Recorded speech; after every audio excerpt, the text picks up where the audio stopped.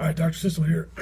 If you were walking down the street and me or somebody else walked up to you, if you remember walking down maybe in Seattle or San Francisco or these types of places, random surveyors will come up and ask you questions, and I try to avoid them as much as possible. But let's just say that you felt compelled to answer the question, and the question I asked you was, what does the word health mean? What would you say? Um, if you think about that for a second, I think most of the time, and I've spoke to thousands and thousands of people from the stage and asked this question, it's that I eat right, that I exercise, and that I feel good because you only take your kids to the doctor when they feel bad.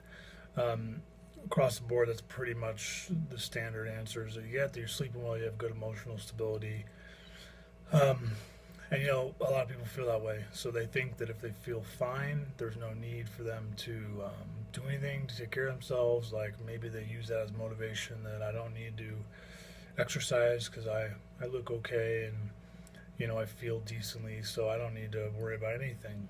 Well, there's a major, major problem with that idea. If you think about how many people can have cancer ridden throughout their body and feel fine the whole time until a test reveals that they have the problem, or 80% of the time someone finds out they have heart disease, it's that they have a heart attack. We know that your body can have and it has the ability to compensate for major, major problems, and can do that for a long period of time before it sort of breaks down or gives you that major situation or problem. And so, I got to get you to understand that health has nothing to do with how you feel. Although nobody wants to feel bad, and I think that if you are healthy, one attribute would be that you do feel good. Although that's not across the board the case. I mean, you could have a runny nose and a fever and could be very healthy because your body's fighting something off, although you might feel bad. So there's those ideas. But at the end of the day, health means that your body's functioning and healing at 100%, which means that your body's working at the capacity as best possible as it can. So it's functioning well, it's healing, even though it may have symptoms of being sick. It's still doing very, very well on how it is working. Um, and we know that the body only will function and heal if the brain is able to communicate with the body 100%. So, right, your brain controls every single thing that happens to you. So, if your body to your heart to beat, your lungs to breathe, if I pull your little finger, the only reason you feel that is because your brain and the nervous system and the way the body works. So, you got to make sure that your brain's being able to communicate with your body 100%. And if it is, then we know that you're functioning and healing at 100%. That is just 100% fact. There's not a belief system. It's just the way that it goes. Well, for your brain to communicate with your body, it's got to send messages down the spinal cord and out the nerves. That's just how it goes. Well, your spinal cord is surrounded and protected by your spine, 26 individual vertebrae, your pelvis, all that stuff, which surrounds and protects the spinal cord and allows, if there is no interference in the vertebrae being shifted, allows then the brain to send messages out the nerves, and then your heart will function at 100%. Your lungs, your kidneys, your colon, your feet, whatever. Your body would function like it's supposed to. Well, what happens is if your spine shifts out of position, it'll pinch the nerve and shut off the ability for that nerve to send the information it needs to from the brain at 100%.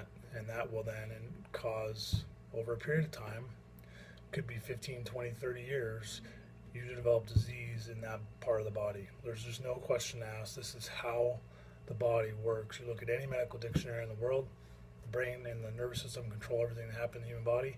If the spine shifts out of position, this pinches the nerve, shuts off the ability for that organ to work correctly. This could result in something from headaches, neck pain, back pain, to heart disease, colon problems, kidney disease, um, cancer would make sense to me.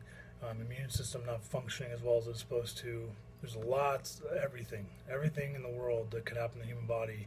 If the brain's not able to allow the body to adapt and heal and function through whatever the issues are, then it's not going to do as well as it's supposed to. So, like, again, if your heart's only functioning at 80%, because the nerve to the heart's pinched by 20%, it's going to shut off the ability for the heart to work at full potential, which means 80% function over whatever 15, 20 years, you're going to break down.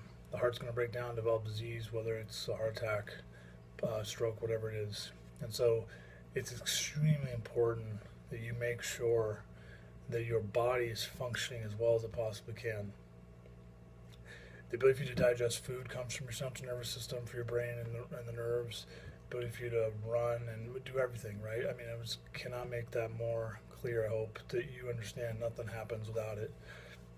Let's say you're into CrossFit, or you're a person that works out, and your pelvis is rotated and it's pinching a nerve and not allowing, if you will, the right leg musculature to get as much strength or innervation or work as well as it's supposed to as the left. You're going to start doing cleans and snatches and squats, and you're not going to be symmetry. So you're going to be off balance and not able to catch those weights as well as you should be. And it's going to cause slow progression, if you will.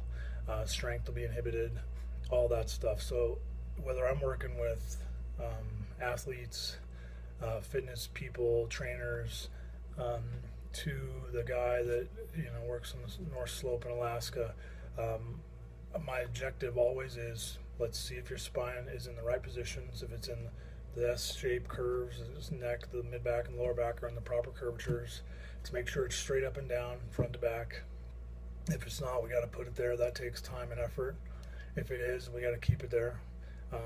My spine's perfect, and I still get adjusted once a week because I do work out so much, and I'm pretty rough on my body. I got to keep the thing motion and everything functioning as well as it can. So now the reality is, once we get your spine and your body functioning correctly, and your spine's in the right positions, and you're at 100% function, then we have to get you eating correctly, and we have to get you moving, and we have to get you sleeping well, and we have to get you drinking enough water.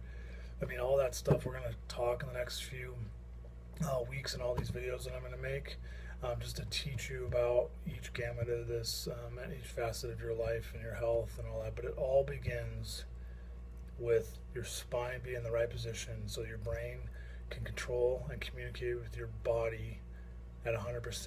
And if that's the case, then we know you're functioning correctly, and we know that you have the best potential to live as long as you're supposed to live, full of energy, full of life, be over 100 or 90s or whatever it is, with your third generation grandkids playing around.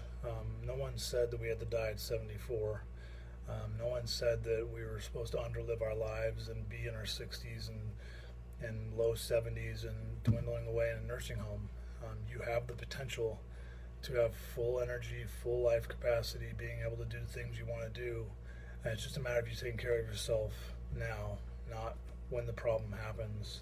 The problem happens a lot of the time, and unfortunately it's too late. And so do everything you can to watch these videos, subscribe to my channel. We're going to talk about all this stuff as we go. Next video I'll give you about, there's 3 major things you got to do with your diet. And the next video we're going to talk about fat and why fat is such a big deal for you to be eating, and a lot of it, and I'll explain why and which ones and all that stuff. You can get a hold of me. I think my links are at the bottom of this page. Just subscribe, get a hold of me at drwaynesissel@yahoo.com. If you have any questions, thanks a lot.